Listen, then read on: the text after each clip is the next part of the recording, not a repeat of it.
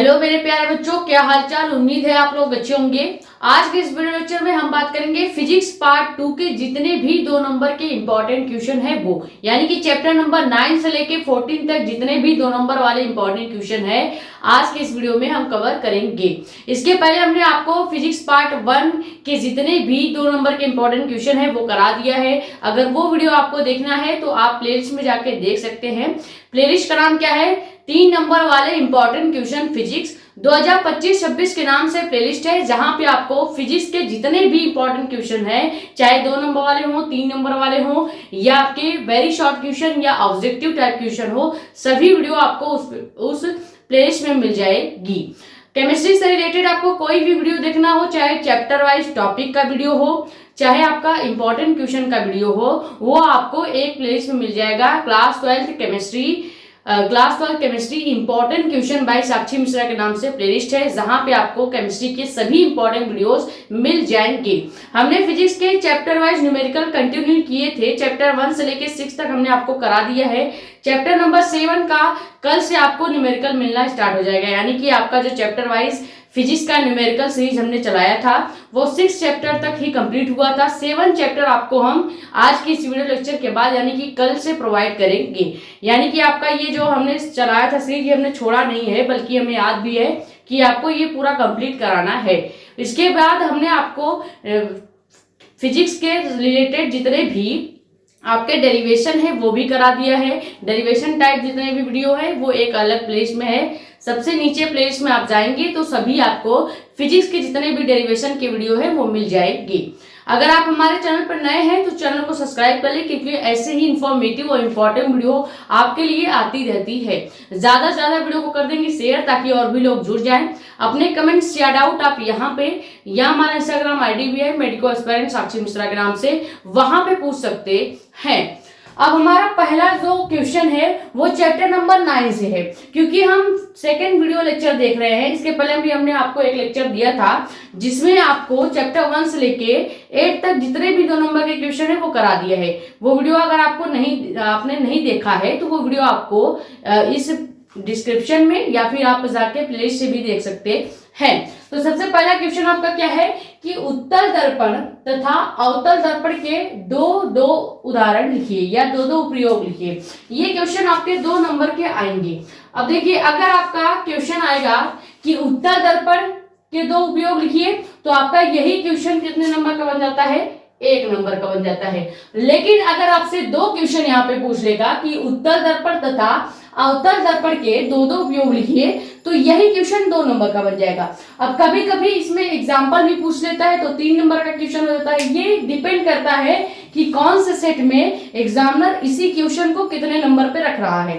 ठीक है, तो आपका ही फायदा है। अगर 2 नंबर के लिए आएगा तब पर भी आपका फायदा, 3 नंबर का आएगा फिर भी आपका फायदा, 1 नंबर का आएगा तो फिर भी आपका ही सब कुछ फायदा है।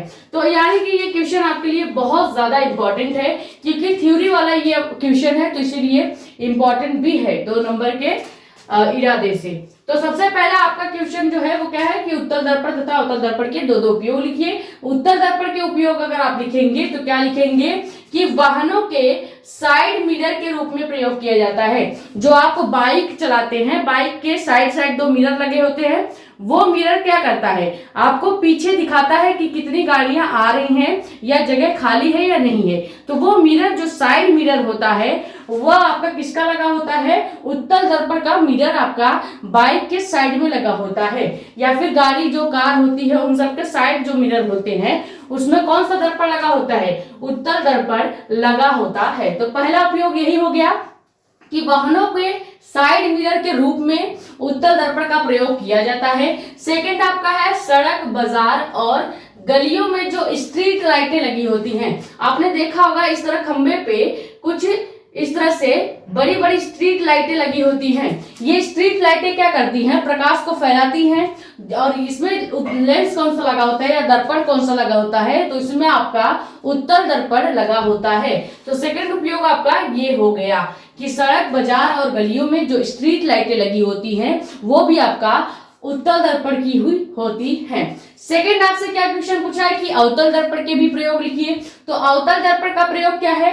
पहला प्रयोग है कि जितने भी टार्च होते हैं, जैसे आप लाइट जो देखते हैं, नॉर्मल जो लाइट होती है, उसमें आपका कौन सा दर्पण लगा होता है? अवतल दर्पण लगा होता है।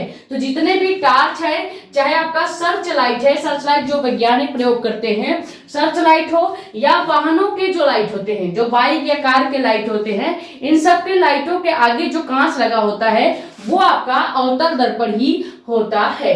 सेकंड आपका इसका प्रयोग क्या हो जाएगा कि अस्पताल में नाक, कान, गला आदि के आंतरिक भाग को, यानी नाक, कान, गले आदि के अंदर देखने के लिए डॉक्टर जो लेंस या दर्पण का प्रयोग करते हैं वो आपका अवतल दर्पण ही होता है।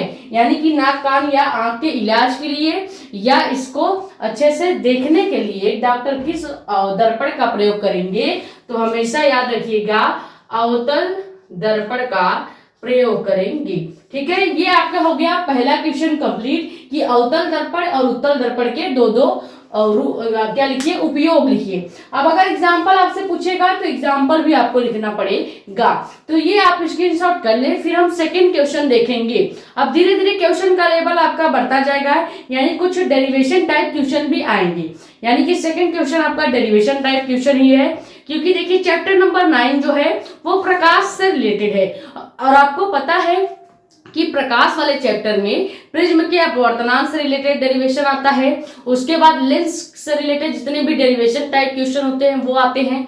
तो इसीलिए इस चैप्टर से ज्यादातर जो क्वेश्चन हम लाए हैं वो डेरिवेशन टाइप क्वेश्चन है, जो 2 नंबर में या कभी कभी 3 नंबर में भी पूछ लिए जाते हैं। तो आपका ये फायदा होगा अगर वो 3 नंबर में क्वेश्चन आते हैं। ये स्क्रीनशॉट कर लीजिए।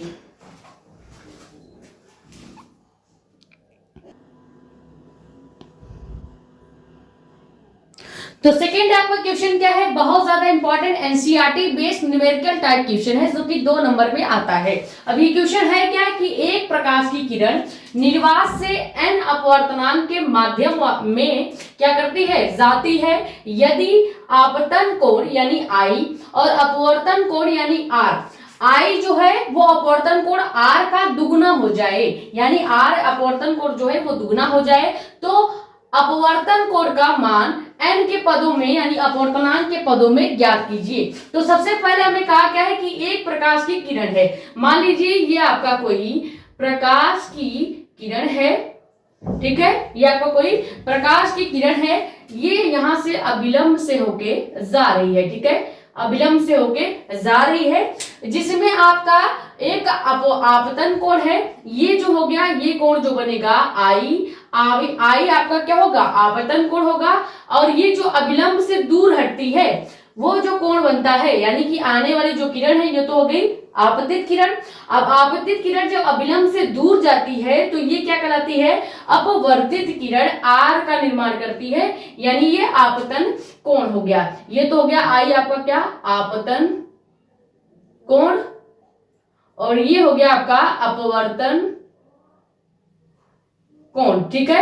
अपवर्तन कोण समझ में आया? आर होगा और आपतन कोण आई होगा। तो यही हमसे कह रहा है कि यदि हम क्या करें, इस आपतन कोण आई जो है, आपतन कोण आई जो है वो क्या है? अपवर्तन कोण यानी आर का दुगुना है। याद रखिए अपवर्तन कोण आर का क्या है? दुगुना हो जाए। आई जो है ये तो आपका आपतन कोण है। अब यही आपतन कोण अपवर्तन कोण के, किसके? अपवर्तन कोण के दुगुना हो जाए, यानी 2 से हम गुणा कर दे किसमें? अपवर्तन कोण में, तो आई का मान आपका ये रहेगा कि I equal to 2 into are. अब हमसे पूछ क्या रहा है कि ये जो मान हमने लिखा है, यानी अपवर्तन कोण आपतन कोण अपवर्तन के कोण के जो दुगुना हो रहा है, अगर इसमें आपतन कोण का मान अब हमें n के पदों में लिखना होगा तो कैसे निकालेंगे? अब आप ध्यान से, आपको एक फॉर्मूला हमने बताया था जब आपको स्नेल का नियम या प्रिज्म के अपवर्तनांक से रिलेटेड जो फॉर्मूला हम बता रहे थे, तो उसमें आपको एक स्नेल का नियम का सूत्र बताया था। तो यहाँ पे कौन सा नियम लग जाएगा? क्योंकि हमें अपवर्तनांक ज्ञात करना है और अपवर्तनांक को n के पदों में लिखा जाता है, n से डिनोट किया जाता है, और हमेशा स्नेल के नियम से ही n निकलता है। तो यहाँ पे क्या लगेगा? हमारा स्नेल का नियम लगेगा, स्नेल का नियम लगेगा, जो कि क्या होता है? n is equal to sine i upon sine r होता है। आई और आर आपको पता चल ही गया होगा। आई आपका क्या है, आपतन कोण है, और आर आपका क्या है, अपवर्तन कोण है। अब अगर हम क्या करें कि इस आई की जगह, क्योंकि हमें क्वेश्चन में कहा है कि जो आई है वो 2r के बराबर है, यानी 2 इंटू आर है, यानी आई की जगह हम 2 इंटू आर लिख सकते हैं। तो यहाँ पे वही चीज हम लिखेंगे, क्योंकि हमें क्वेश्चन में पहले से बोल रखा है कि आई जो है वो किसके बराबर है, 2 इंटू आर के बराबर है। अब अगर इस आई का मान हम यहाँ पे रख दें तो क्या हो जाएगा, एन अपवर्तनांक जो होगा वो किसके बराबर होगा, साइन आई की जगह हम रखेंगे 2 इंटू आर, और नीचे आपका साइन आर जो है वो वैसे ही रहेगा। यहां तक आपको समझ में आ गया, ये आपको समझ में आ गया होगा। अब यहाँ पे एक हमारा त्रिकोणमिति का फॉर्मूला लगेगा। त्रिकोणमिति का फॉर्मूला क्या होता है, ये जो साइन 2r है ये किसकी तरह दिख रहा है, एक फॉर्मूला होता है साइन थीटा के बराबर। किसके बराबर, साइन 2 थीटा का एक फॉर्मूला होता है। यहाँ पे ध्यान से देखिए, तो यहाँ तक तो सेम है, साइन 2 तक तो सेम है।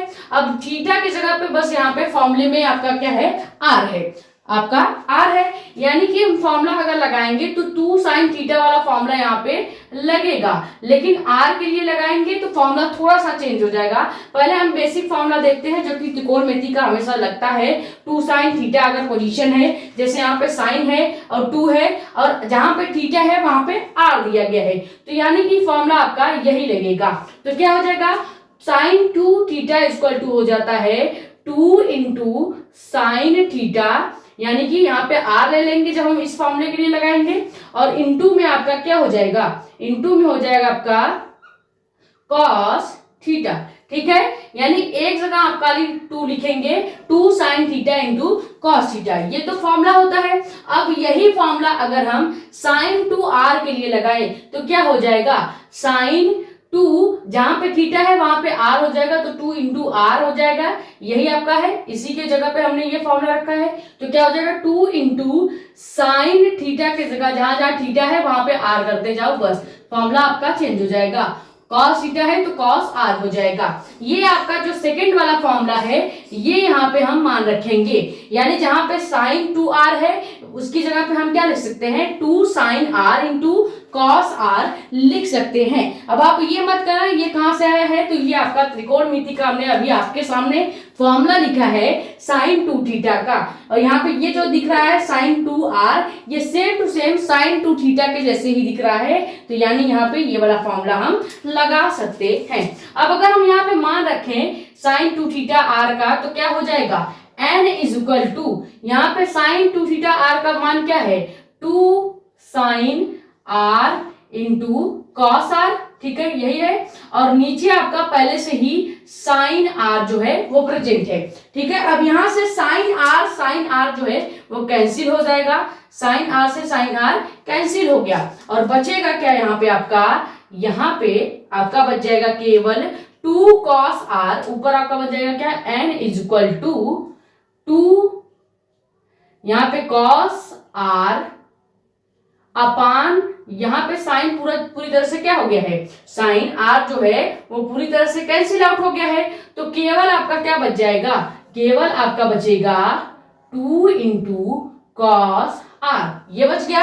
अब इसी को अगर हम लिखना चाहें n के पदों में हमको लिखना है, तो इसको ही हम क्या लिख सकते हैं, इसको ही हम कॉस r अगर निकालें, कॉस r निकालेंगे तो क्या हो जाएगा, n अपान 2 हो जाएगा, और यही आपका आंसर हो जाएगा। समझ में आ गया कैसे आया, या इसको भी अगर आप चाहें तो एक पद में लिख सकते हैं, क्या यहाँ से हमें चाहिए क्या, r, अपवर्तन कोण यानी r जो होगा, यहाँ पे जो अपवर्तन कोण r है इसको हमें किसके पदों में लिखना है, n के पदों में लिखना है, यानी अभी इसको एक स्टेप हम और बढ़ाएंगे, वो क्या हो जाएगा कि जो हमारा यहाँ पे cos r equal to n/2 आया है, और यहां से अगर हम केवल r निकाल लें, चूंकि हमें अपवर्तन के पदों लिखना है तो केवल r अगर निकालेंगे तो इसको हम कहां लिख लेते हैं, एक सेकेंड, यहां तो हो गया आपका cos r equal to n/2, ठीक है। अब यहां से हम केवल r निकालेंगे, केवल आर निकालेंगे तो क्या हो जाएगा, आर इक्वल टू हो जाएगा आपका कॉस इनवर्स में चला जाएगा, कॉस जो है वो इनवर्स में हो जाएगा और n/2 आपका वैसे ही रहेगा और यही आपका आंसर हो गया जो नीचे एकदम हमने ब्लू कलर से लिखा है वो। एक बार फिर से आपको समझा देते हैं स्नेल का नियम क्यों लगेगा, क्योंकि हमें n यानी कि अपवर्तन के पदों में लिखना है तो स्नेल के नियम से sine i upon sine r होगा कि अब साइन i पहले से क्वेश्चन में कह दिया है कि जो आपतन कोण i है वो अपवर्तन कोण r का दुगना है, यानी i equal to 2 into r हम लिख सकते हैं क्योंकि क्वेश्चन में दिया है। तो यहाँ पे i की जगह हम 2r लिख देंगे। जब 2r आप लिखेंगे तो साइन 2r का एक फॉर्मूला होता है साइन 2 थीटा का, साइन 2 थीटा इक्वल टू क्या होता है 2 sine theta into cos theta. तो यहाँ पे अगर साइन 2r के लिए यही फॉर्मूला लगाएंगे तो जहां जहां कॉस दिख रहा है वहां पे r लिख देंगे और इस फॉर्मूले को अगर हम यहाँ पे पुट करेंगे साइन r कैंसिल हो जाएगा, केवल अपवर्तनांक n equal to cos 2 into cos r बचेगा। अब अगर हम इसको अरेंज करके लिखें क्योंकि हमें अपवर्तन कोण को यानी किसको अपवर्तन कोण r को हमेशा n के पदों में लिखना है क्वेश्चन के अकॉर्डिंग, तो अपवर्तन कोण r है ना कि कॉस r, तो इसको हम r के पदों में जब लिखेंगे तो r equal to cos -1 n/2 जो है यही आपका आंसर हो जाएगा। तो ये क्वेश्चन आपको थोड़ा सा हार्ड लगा होगा, आपको लग रहा होगा कि ये क्वेश्चन तो सीधे 5 या 4 नंबर का आना चाहिए, लेकिन ये क्वेश्चन कई बार 2 नंबर में पूछे गए हैं। तो आपका ये फायदा है अगर ये क्वेश्चन आपसे 3 नंबर में पूछा जाएगा या 4 नंबर में पूछा जाएगा तो आपका इसमें फायदा होगा। ये स्क्रीनशॉट कर लें, फिर हम इससे भी ज्यादा बेहतर और थोड़ा सा और हार्ड क्वेश्चन आपसे कराएंगे।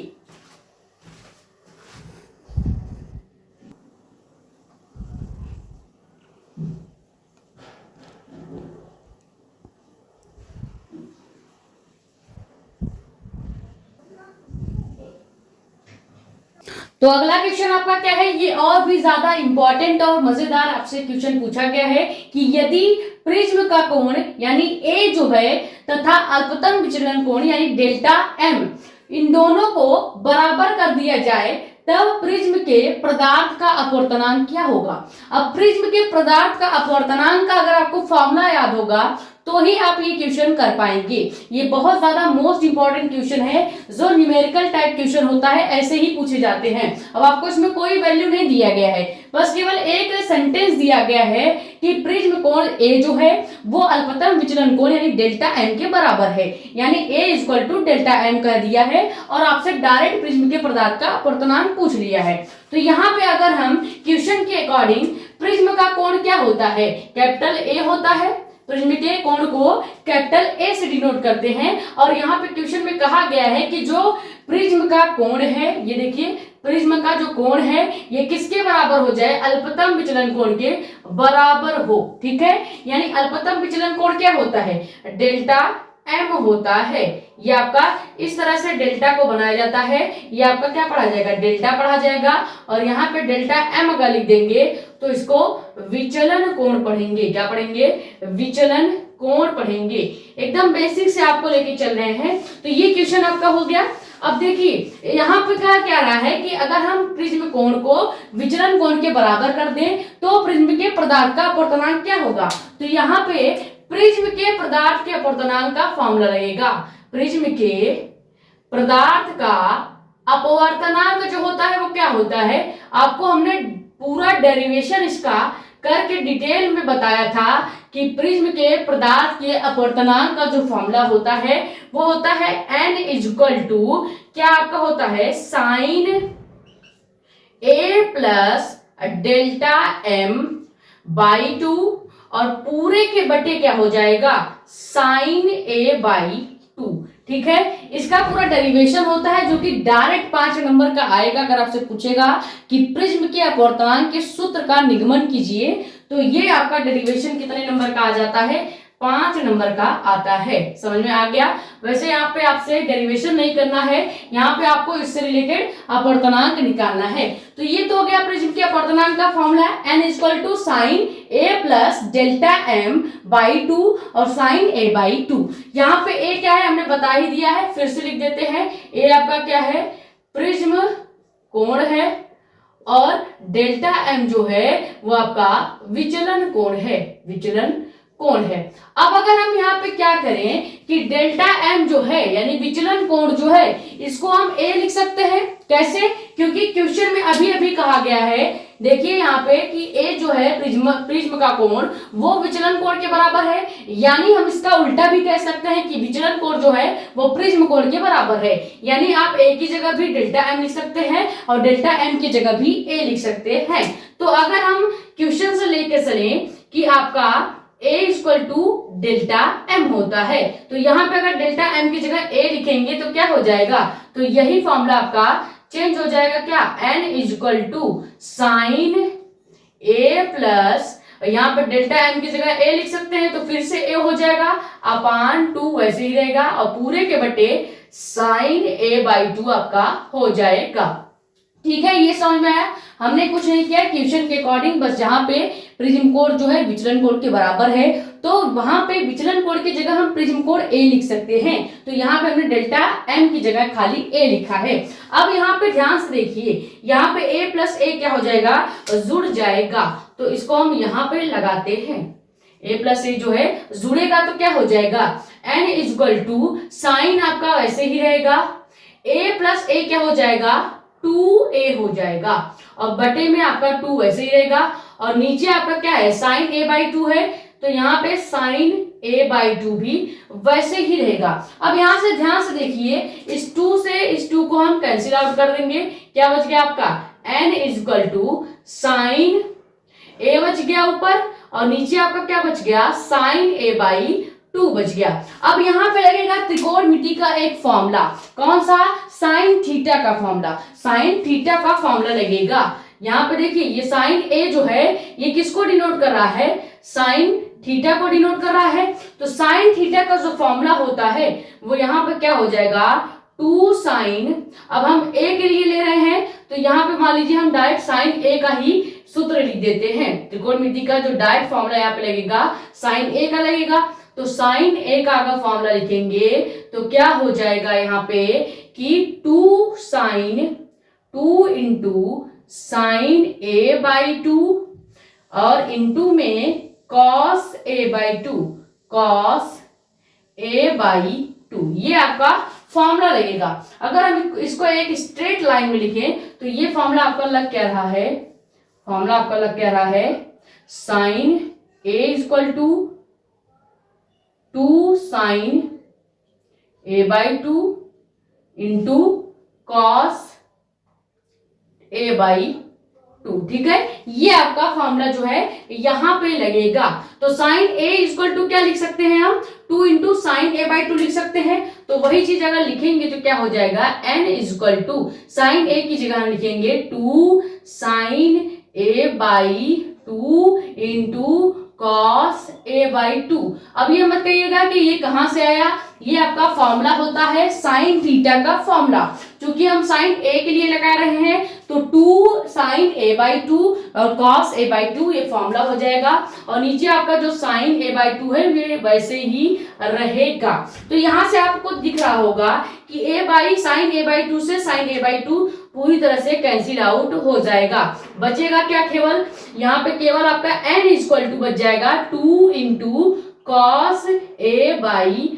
ठीक है, ये आपका जो बचा है n equal to 2 into cos A/2, यही आपका अपवर्तनांक हो जाएगा। किसके लिए, जब आप प्रिज्म कोण को विचलन कोण यानी डेल्टा एम के बराबर करेंगे तो प्रिज्म का जो अपवर्तनांक होगा n होगा वो क्या हो जाएगा 2 कॉस A/2 हो जाएगा। समझ में आ गया होगा। ये यहाँ पे आपको अगर नहीं समझ में आया है तो ये हमने फॉर्मूला लगाया है, ये अपने मन से हमने नहीं लिखा है। यहाँ पे साइन थीटा दिख रहा है पोजीशन में, साइन A का मतलब है कि साइन थीटा लिखा हुआ है। अब साइन थीटा का जो फॉर्मूला होगा साइन A के लिए वो 2 साइन A/2 और cos A/2 हो जाएगा। तो वही यहाँ पे हम पुट कर देंगे, साइन A/2 से साइन A/2 कैंसिल हो जाएगा, 2 cos A/2 बच जाएगा और यही आपका अपवर्तनांक n का मान हो जाएगा।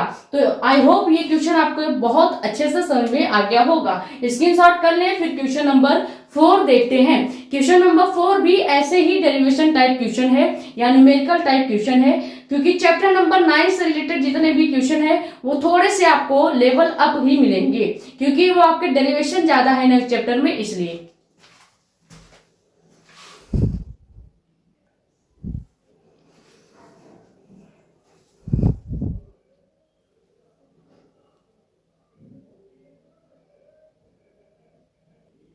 तो अभी तक जितने भी क्वेश्चन कराए सब इंपॉर्टेंट है, और ये क्वेश्चन जो चौथा आपको कराने वाले हैं ये भी आपके लिए बहुत ज्यादा इंपॉर्टेंट है, क्योंकि ये क्वेश्चन आपका लेंस के फॉर्मूले से है। ठीक है, अब देखो जितने क्वेश्चन हम आपको करा रहे हैं ये केवल आपको नोट नहीं करना है, बल्कि आपको सभी क्वेश्चन एक अलग पेपर में भी लिखना है, ताकि आप मेरे वीडियो देखने के बाद अपने आप से खुद से ये क्वेश्चन खुद से प्रैक्टिस करें और देखें कि कितना क्वेश्चन आपके पढ़ने के बाद आपको आ रहा है या नहीं आ रहा है। अगर आपको क्वेश्चन नहीं आएंगे तो आप फिर से एक बार खुद से ट्राई कीजिएगा, या एक दो बार वीडियो को थोड़ा पीछे करके देख लीजिएगा, आपको क्लियर हो जाएगा।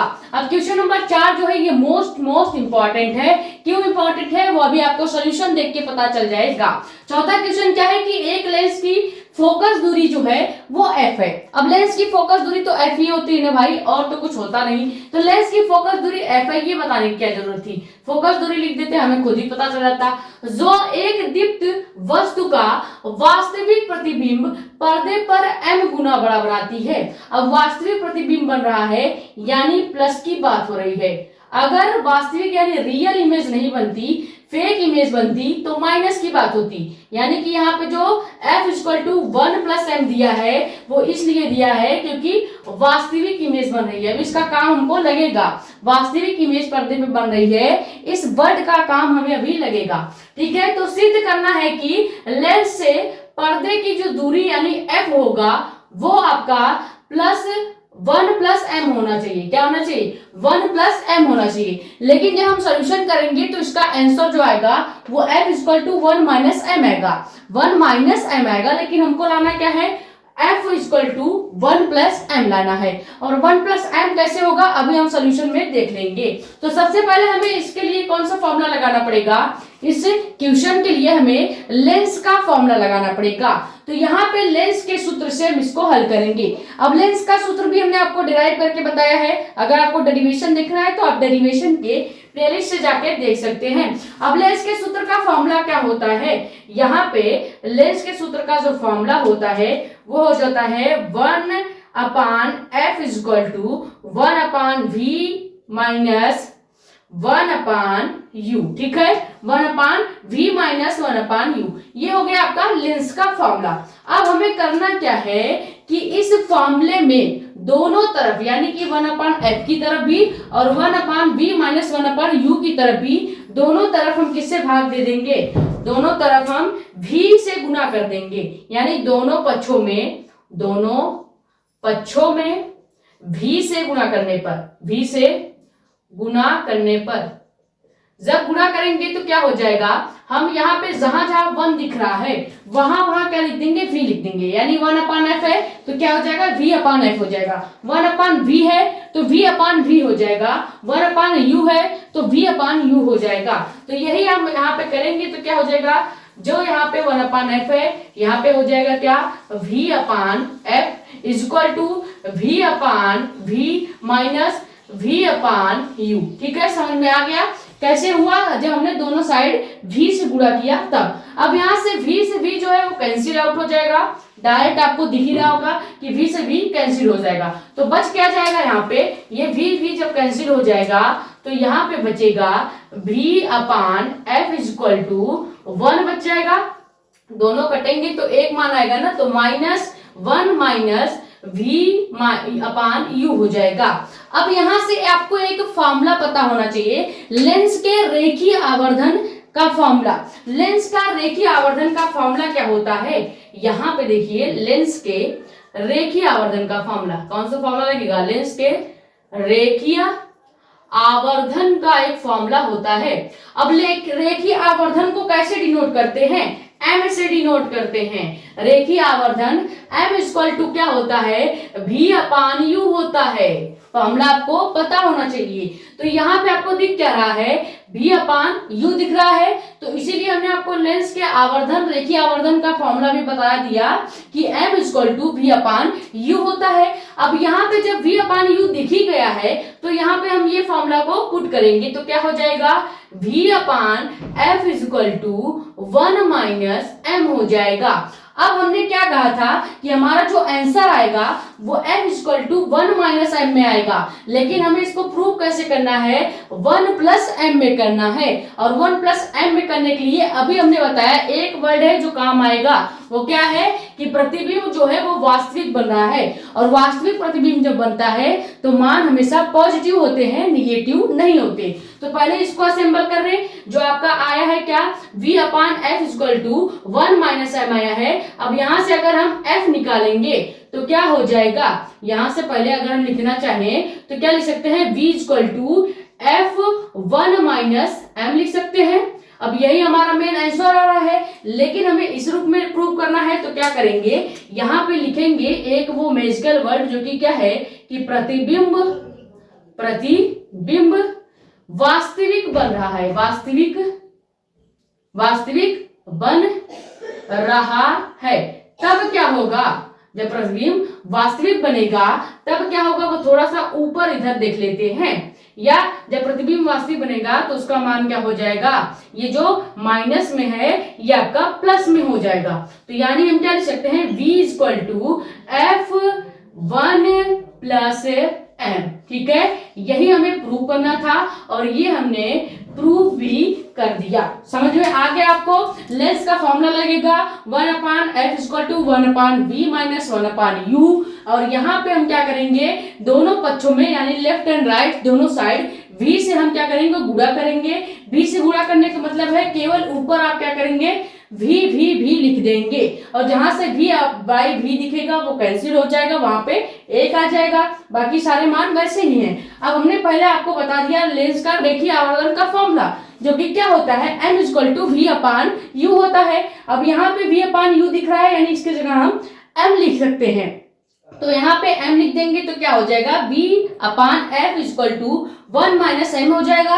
अब अगर हम यहाँ से देखेंगे तो इसको अगर थोड़ा सा असेंबल करके लिखें, v equal to f 1 minus m, लेकिन हमें चाहिए किसमें, प्लस में। तो हमने अभी बताया कि एक मैजिकल वर्ड है जो कि क्या है कि प्रतिबिंब वास्तविक बन रहा है, और ये आपको क्वेश्चन में बताया गया है कि प्रतिबिंब जो है वास्तविक बनेगा तो पर्दे पर m गुना क्या होगा, प्रतिबिंब बनेगा। तो यहाँ पर प्रतिबिंब जो वास्तविक बनेगा तो ये मान जो माइनस का है वो प्लस में हो जाएगा। तो ये जो बहुत ज्यादा इंपॉर्टेंट क्वेश्चन है, ज्यादा कठिन नहीं है, आप 1-2 बार खुद से प्रैक्टिस करेंगे तो हो जाएगा। इसको स्क्रीनशॉट कर लें, फिर क्वेश्चन नंबर 5 देखेंगे जो कि इससे भी ज्यादा इंपॉर्टेंट थ्योरी वाला क्वेश्चन है। आपके जो न्यूमेरिकल टाइप क्वेश्चन थे वो खत्म हो गए हैं, अब इसके बाद थ्योरी वाले क्वेश्चन स्टार्ट होंगे।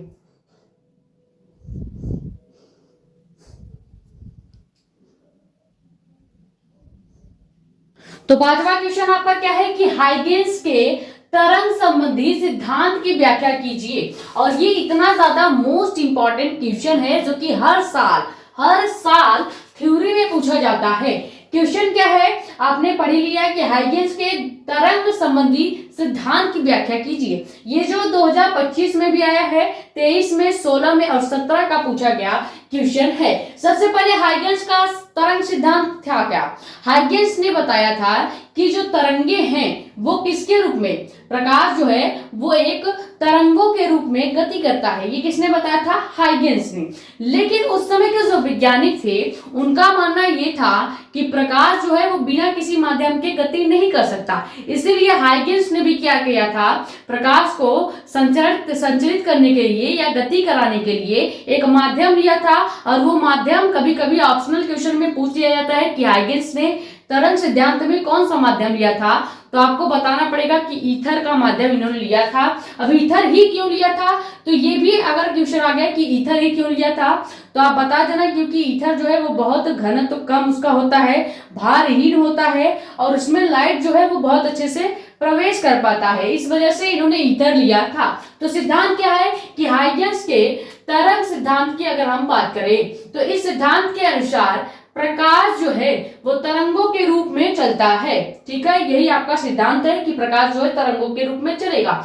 ये तरंग जो है प्रकाश स्रोत से निकलकर, किसी भी लाइट सोर्स से निकलकर सभी दिशाओं में प्रकाश के वेग से, प्रकाश का जो वेग होता है c इक्वल टू क्या होगा 3 गुणे 10⁸ मीटर पर सेकेंड, उस वेग से चलती है। हाइगेंस के समय तक के जो वैज्ञानिक थे उनका मानना ये था या उनकी धारणा यह थी कि तरंगों के संचरण के लिए किसी एक माध्यम की आवश्यकता होती है। इसीलिए हाइगेंस ने भी क्या किया था, एक सर्वव्यापी माध्यम जो है किसको लिया, ईथर को, एक सर्वव्यापी माध्यम ईथर की कल्पना की और यह माना कि ईथर जो है लगभग भारहीन होता है। अब ईथर ही क्यों लिया था, तो आप यहां से लिखेंगे कि ईथर जो है वो भारहीन होता है, लगभग भारहीन होता है। अतः यह प्रकाश पदार्थ में या जो है प्रत्येक पदार्थ में प्रवेश भी कर सकता है। ईथर भारहीन होता है, पहला गुण। दूसरा गुण कि ईथर जो है वो सभी पदार्थों में प्रवेश कर सकता है, इसलिए लिया था। और थर्ड क्या हो जाएगा कि इसका जो डेंसिटी यानी घनत्व जो है वो बहुत कम होता है, इसलिए हाइगेंस ने ईथर का माध्यम लिया था। अब क्या होगा कि जब इन्होंने ईथर का माध्यम ले लिया तो इसी कारण जो प्रकाश तरंगे हैं वो ईथर में बहुत अधिक वेग से चलती हैं, क्योंकि इनका भार कम है और ये किसी भी पदार्थ में प्रवेश कर सकता है। इसलिए इसमें जो प्रकाश है, इसमें ईथर में जो प्रकाश है वो अधिक वेग से चलती है। और जब ये प्रकाश तरंगे किसी वस्तु से परावर्तित होकर हमारे आंखों के रेटिना पर गिरती हैं तब हमें वो वस्तु दिखाई देता है। और ये सिद्धांत ही आपका क्या है, हाइगेंस के तरंग सिद्धांत को बताता है, या हाइगेंस के संबंधित तरंग सिद्धांत यही है कि हाइगेंस ने ये बताया था कि प्रकाश जो है वो तरंगों के रूप में चलता है। इन्होंने इसमें एक माध्यम लिया था जो कि ईथर था। ईथर क्यों लिया था, क्योंकि इसका भार जो है बहुत कम होता है ईथर में, या ईथर जो है किसी भी पदार्थ में प्रवेश कर सकता है। और आखिरी जो इन्होंने लिया था कि ईथर जो है इसकी डेंसिटी बहुत कम होती है, इस वजह से ईथर को लिया था। ये स्क्रीनशॉट कर लें, फिर क्वेश्चन नंबर 6 देखेंगे।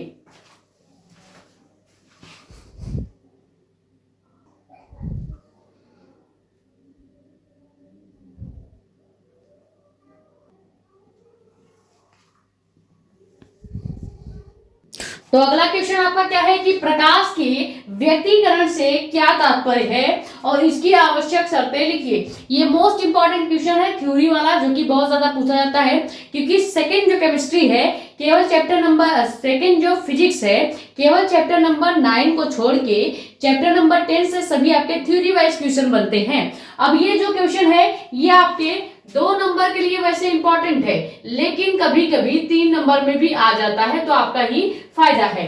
तो ये क्वेश्चन जो है मैं वेरी शॉर्ट में भी कराया था, लेकिन वहां पे केवल व्यतिकरण की आवश्यक शर्तें ही बताई थी, क्योंकि वेरी शॉर्ट क्वेश्चन में केवल व्यतिकरण की आवश्यक शर्तें पूछी जाती हैं। लेकिन अगर 2 नंबर में क्वेश्चन आएगा तो कैसे आएगा, व्यतिकरण से क्या तात्पर्य है और उसके आवश्यक शर्तें भी समझाइए। यानी पहले आप व्यतिकरण क्या है ये बताइए, फिर उससे रिलेटेड जो आवश्यक शर्तें हैं वो बताइए।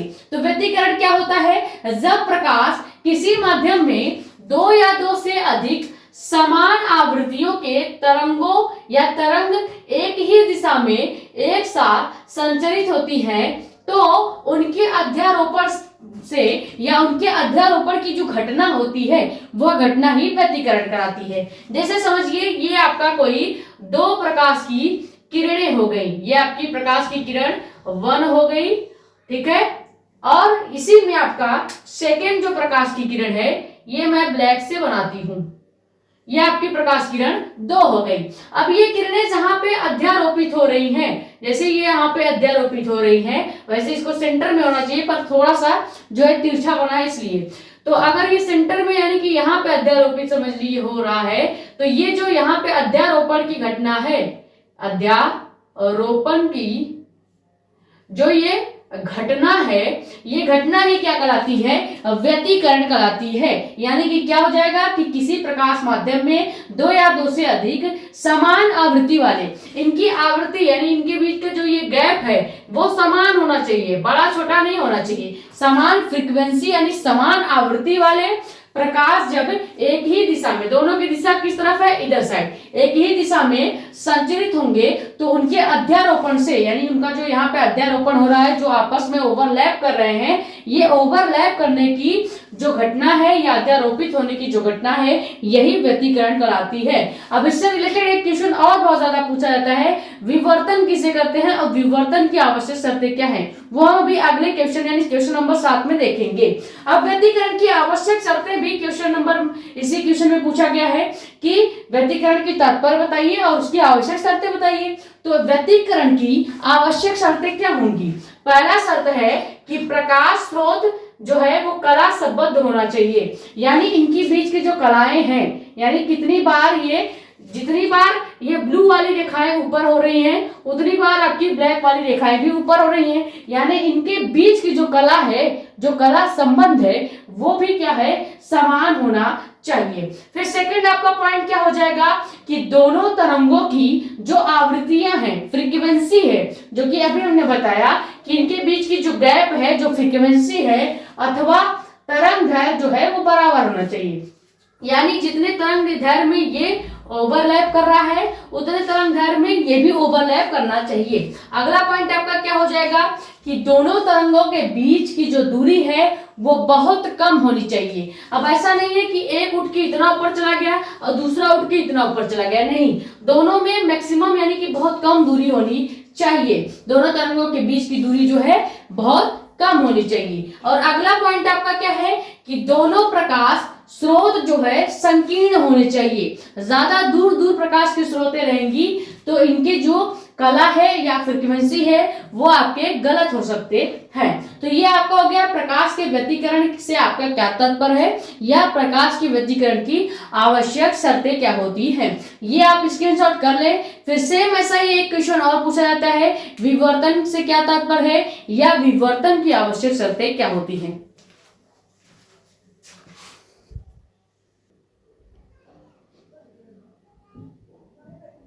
तो अगला क्वेश्चन आपका क्या है कि प्रकाश का विवर्तन क्या होता है और विवर्तन की आवश्यक शर्तें लिखिए। अगर केवल प्रकाश का विवर्तन पूछेगा तो ये आपसे 1 नंबर का क्वेश्चन आएगा, और अगर विवर्तन और उसकी आवश्यक शर्तें दोनों साथ में पूछ लेगा तो ये आपके 2 या 3 नंबर के क्वेश्चन बन सकते हैं। अब प्रकाश का विवर्तन सबसे पहले होता क्या है, इसको डायग्राम से समझते हैं। मान लीजिए ये आपका कोई लाइट सोर्स टार्च हो गया, क्या हो गया, लाइट सोर्स टार्च हमने ले लिया, ये आपका लाइट सोर्स टार्च है। अब इस टार्च के आगे हमने कोई पतला कपड़ा या स्लेट रख दी और इस स्लेट में हमने एक छोटा सा छिद्र जो है कर दिया, ठीक है। अब इस छोटे से छिद्र से जितने प्रकाश की किरण निकलेंगी वो क्या करेंगे, इसकी तीक्ष्ण किरणें से मुड़ जाएंगी, तीक्ष्ण किरणें से क्या होंगी, मुड़ जाएंगी यानी फैल जाएंगी। जैसे ये आपका टार्च है, अब यहाँ पे हमने एक कोई पतला कागज या एक छोटा सा किनारा रखा जिसके सामने हमने छोटा सा छिद्र कर दिया।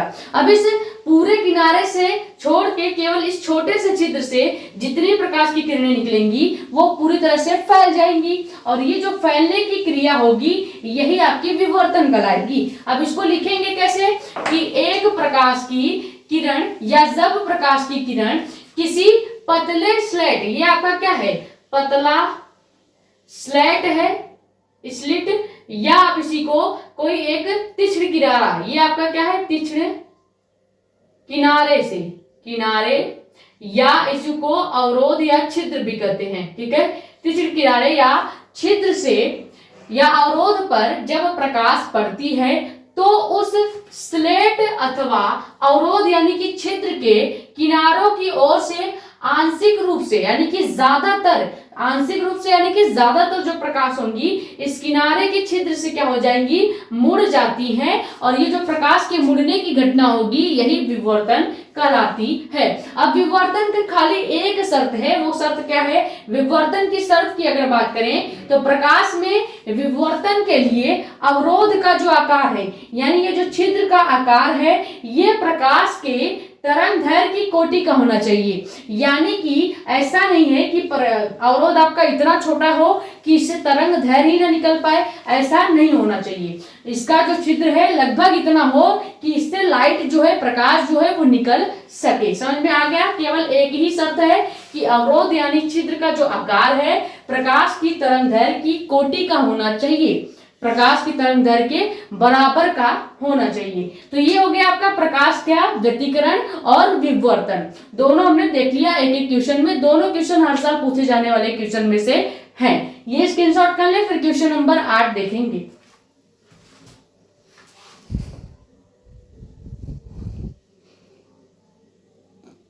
तो अगला क्वेश्चन आपका क्या है कि आइंस्टीन के प्रकाश वैद्युत समीकरण को प्रयुक्त संकेतों के साथ लिखिए। ये क्वेश्चन बहुत ज्यादा इंपॉर्टेंट है, 2025 का आया हुआ भी है, 19, 17, 16 और 14 का पूछा गया क्वेश्चन है। सबसे पहले इसमें हमें करना क्या है कि आइंस्टीन ने जो प्रकाश वैद्युत समीकरण दिया था उसको हमें लिखना है। तो कैसे लिखेंगे? आइंस्टीन का प्रकाश वैद्युत समीकरण होता क्या है, 1/2 m v max square equal to h bracket में क्या हो जाएगा, न्यू माइनस न्यू नॉट। ठीक है, ये आपका आइंस्टीन ने दिया था जो फॉर्मूला प्रकाश वैद्युत समीकरण से रिलेटेड, वह फॉर्मूला आपका क्या है, यही है। ठीक है, इससे बहुत ज्यादा आपके न्यूमेरिकल जो है पूछे जाते हैं, तो ये न्यूमेरिकल के लिए भी बहुत ज्यादा इंपॉर्टेंट फॉर्मूला है। अब यहाँ पे हमें कहा है कि इसको संकेतों के माध्यम से लिखिए, यानी यहाँ पे m v max h v new और न्यू नॉट क्या है ये भी बताना है, तभी आपको इससे 2 नंबर मिलेगा। अगर आप केवल फॉर्मूला लिख के छोड़ देंगे तो आपको केवल 1 नंबर ही मिलेगा। तो यहाँ पे m क्या है, द्रव्यमान होगा, m आपका द्रव्यमान को डिनोट करेगा। v मैक्सिमम जो है, मैक्सिमम लगने की वजह से v तो आपका वेग होता है, अब मैक्सिमम लग गया यानी कि अधिकतम वेग हो जाएगा। क्या हो जाएगा, अधिकतम वेग हो जाएगा। और उसके बाद h आपका जो है प्लांक नियतांक होता है, प्लांक नियतांक होता है। उसके बाद न्यू और न्यू नॉट की अगर बात कर लें, न्यू आपकी फोटोन की क्या हो जाएगी, न्यू आपकी जो होगी फोटोन की आवृत्ति होगी, और न्यू नॉट आपकी देहली आवृत्ति, देहली आवृत्ति होती है। देहली आवृत्ति का फॉर्मूला जो है और इससे रिलेटेड जो संकेत थे ये सब हमने आपको वेरी शॉर्ट में करा रखा है। वेरी शॉर्ट क्वेश्चन में हमने आपको प्रकाश आइंस्टीन के प्रकाश वैद्युत समीकरण का भी फॉर्मूला कराया था, लेकिन ये क्वेश्चन 2 नंबर में भी पूछा जाता है, तो 2 नंबर वाले में भी हम करा रहे हैं। यानी आपके लिए कितना ज्यादा इंपॉर्टेंट ये क्वेश्चन है कि वेरी शॉर्ट में भी आ रहा है और 2 नंबर में भी आ रहा है।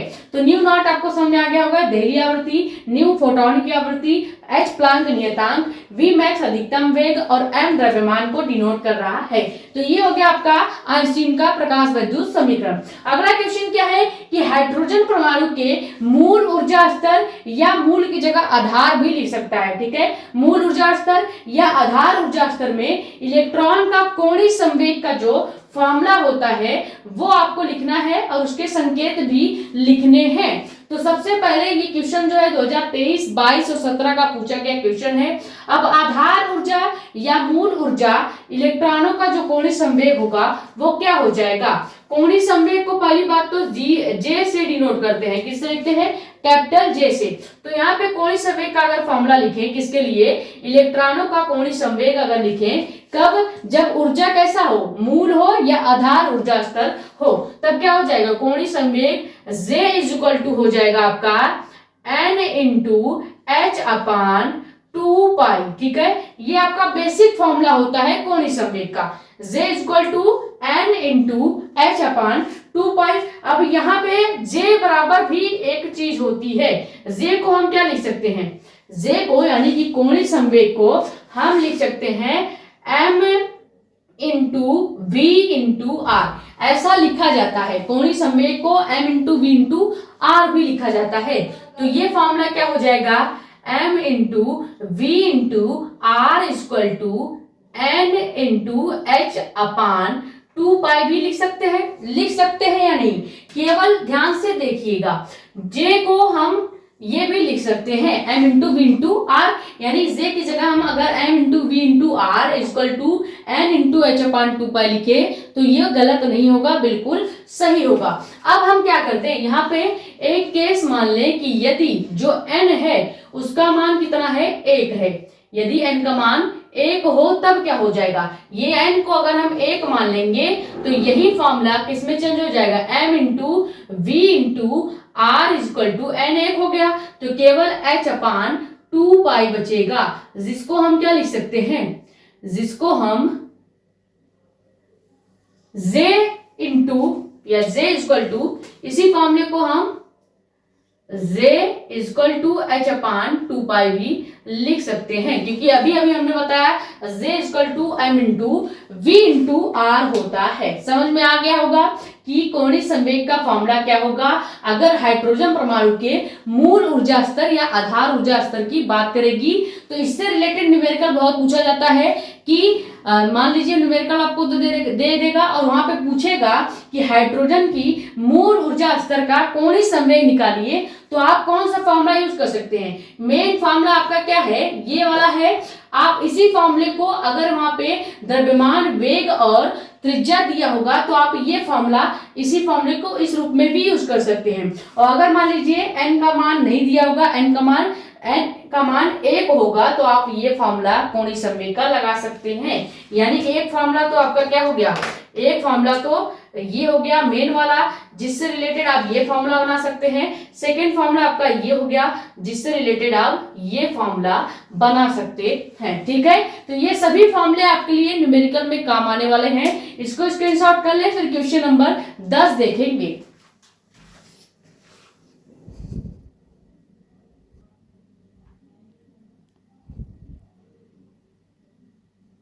तो अगला क्वेश्चन आपका क्या है कि सिद्ध कीजिए कि नाभिक का जो घनत्व होगा, यानी कि जो नाभिक वाली बात तो गोला होता है, यानी कि गोले का जो घनत्व होगा द्रव्यमान संख्या a के रूप में अगर आप लिखेंगे तो क्या घनत्व के फॉर्मूले में a पर निर्भर करेगा या नहीं। यानी हमें नाभिक का घनत्व निकालना है और उस फॉर्मूले में देखना है कि उस फॉर्मूले में कहीं भी द्रव्यमान संख्या a दिखती है या नहीं। अगर a दिखेगा तो इसका मतलब जो घनत्व है वो a पर निर्भर करेगा, यानी द्रव्यमान संख्या पर निर्भर करेगा। अगर उस फॉर्मूले में a नहीं दिखेगा तो इसका मतलब है नाभिक का घनत्व जो है द्रव्यमान संख्या a पर डिपेंड नहीं करती है। तो सबसे पहले नाभिक आपका कैसा होता है, एक गोला होता है।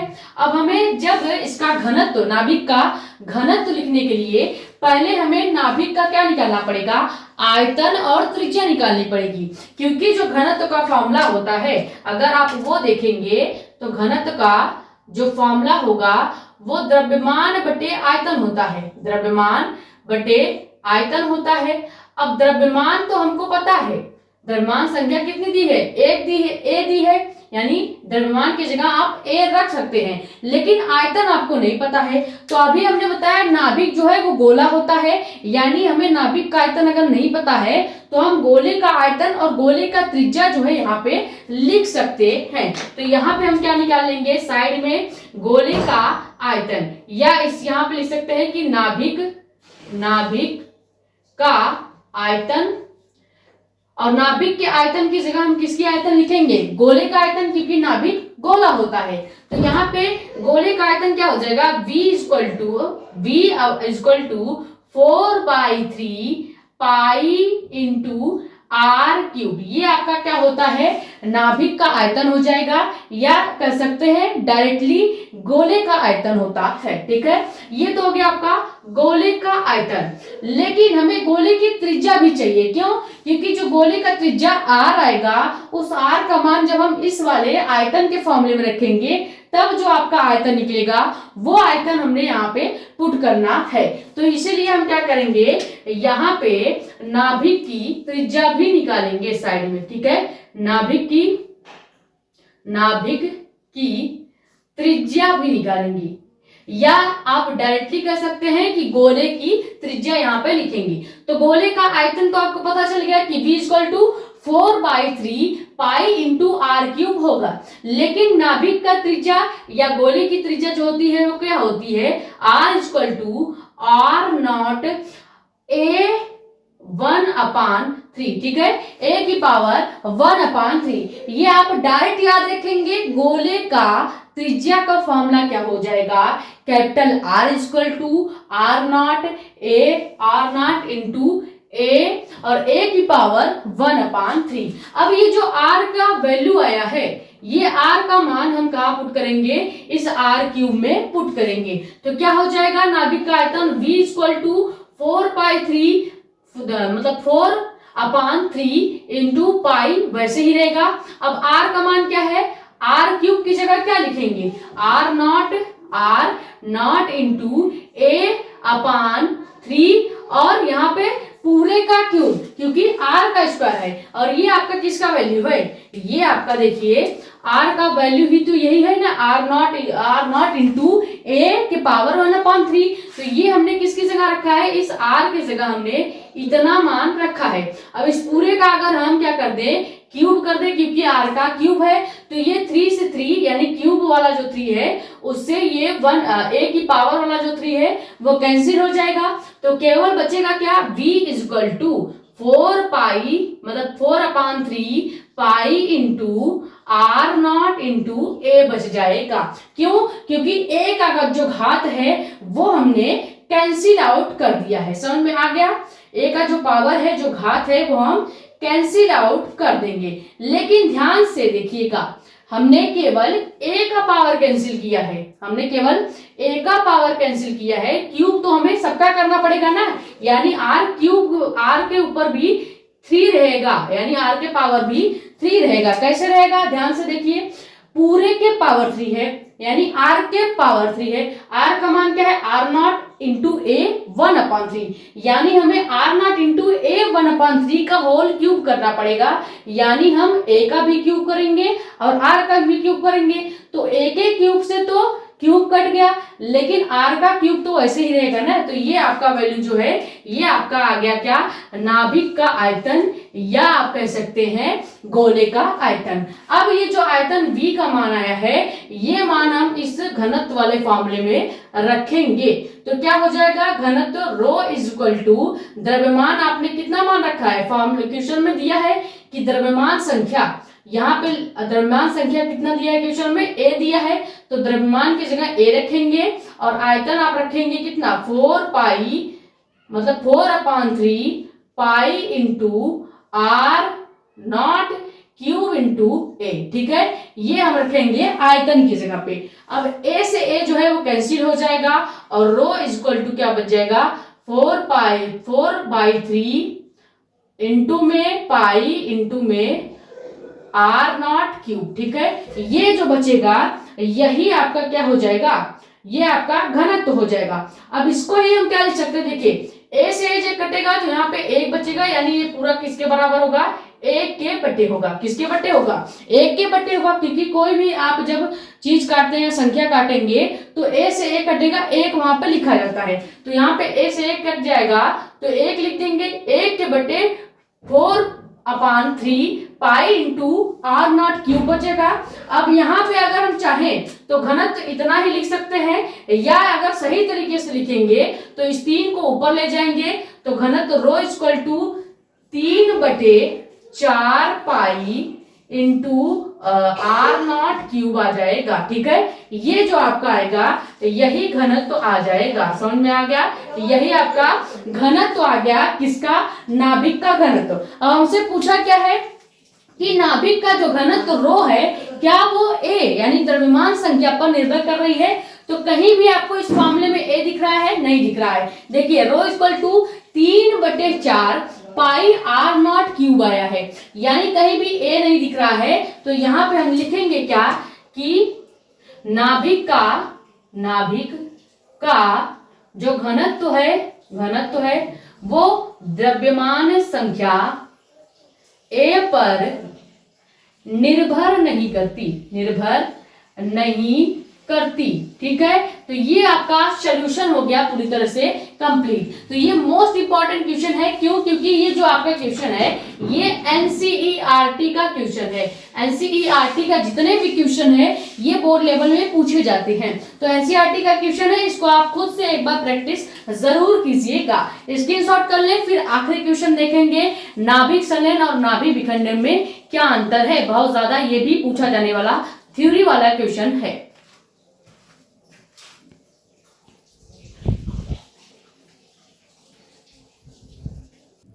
तो अगला क्वेश्चन आपका क्या है कि नाभिक विखंडन तथा नाभिक संलयन में अंतर लिखिए। ये भी आपका बहुत पूछा जाने वाला मोस्ट इंपॉर्टेंट क्वेश्चन है। सबसे पहले नाभिक विखंडन क्या होता है? यह क्रिया भारी नाभिकों में होती है, यानी जितने भी भारी नाभिक होंगे वही नाभिक विखंडन का कार्य करेंगे। सेकेंड पॉइंट इसमें क्या लिखेंगे कि इसमें भारी नाभिक जो होगा वो दो हल्के नाभिकों में टूटता है। मान लीजिए ये आपका भारी नाभिक है, ये टूटेगा तो दो हल्के नाभिकों का निर्माण करेगा। थर्ड पॉइंट इसमें क्या लिखेंगे कि नाभिक विखंडन जो होता है इसमें ऊर्जा जो है वो बहुत कम उत्पन्न होती है। चौथा पॉइंट इसमें लिखेंगे कि नाभिक विखंडन जो होगा इसमें नियंत्रित किया जा सकता है, यानी इसे जो है नाभिक विखंडन को आप रोक सकते हैं, जबकि नाभिक संलयन को नियंत्रित नहीं किया जा सकता। आप इसमें कई सारे नाभिकों को जोड़ सकते हैं। नाभिक संलयन में इसका जस्ट उल्टा हो जाएगा। नाभिक विखंडन जो है ये भारी नाभिकों में होती है, लेकिन नाभिक संलयन जो होगा ये हल्के नाभिकों में होती है। नाभिक का जो विखंडन है ये क्या करता है? भारी नाभिक को तोड़कर दो हल्के नाभिकों का निर्माण करता है, जबकि नाभिक संलयन में इसका उल्टा हो जाएगा। यहाँ पे हल्के नाभिक मिलकर भारी नाभिक का निर्माण करेंगे। नाभिक विखंडन में अभी हमने देखा कि इसमें ऊर्जा जो है बहुत कम उत्पन्न होती है, जबकि नाभिक संलयन में जो ऊर्जा होगा वो अधिक उत्पन्न होगा। चौथा पॉइंट क्या लिखेंगे कि इसे नियंत्रित नहीं किया जा सकता, यानी आप इसमें कई सारे छोटे यानी हल्के नाभिकों को जोड़कर बहुत ज्यादा बड़े भारी नाभिक का निर्माण कर सकते हैं। तो ये हो गया हमारा कुल 11 क्वेश्चन हमने इस वीडियो लेक्चर में देख लिया। इसके पहले भी हमने आपको एक वीडियो दिया था जिसमें कुल 12 क्वेश्चन हमने चैप्टर 1 से लेके चैप्टर 8 तक देखे थे। सेकेंड वीडियो में हमने चैप्टर 9 से लेके 14 तक जितने भी 2 नंबर के इंपॉर्टेंट क्वेश्चन है वो आपको कवर करा दिया है। तो आई होप ये वीडियो आपके लिए हेल्पफुल रही होगी। अगर वीडियो पसंद आई है तो वीडियो को लाइक करें, नए हैं तो चैनल को सब्सक्राइब कर लें, ताकि ऐसे ही इंफॉर्मेटिव और इंपॉर्टेंट जो वीडियो है आपके पास आती रहे। ज्यादा से ज्यादा वीडियो को कर देंगे शेयर, ताकि और भी लोग जुड़ जाए। अपने कमेंट्स या डाउट आप यहाँ पे या हमारे इंस्टाग्राम आईडी है मेडिको एस्पायरेंट साक्षी मिश्रा के नाम पे, वहां पे पूछ सकते हैं। ये स्क्रीनशॉट कर लें। कल आपको मिलेगा चैप्टर नंबर 7 के जितने भी न्यूमेरिकल हैं फिजिक्स के, वो हम आपको कवर कराएंगे।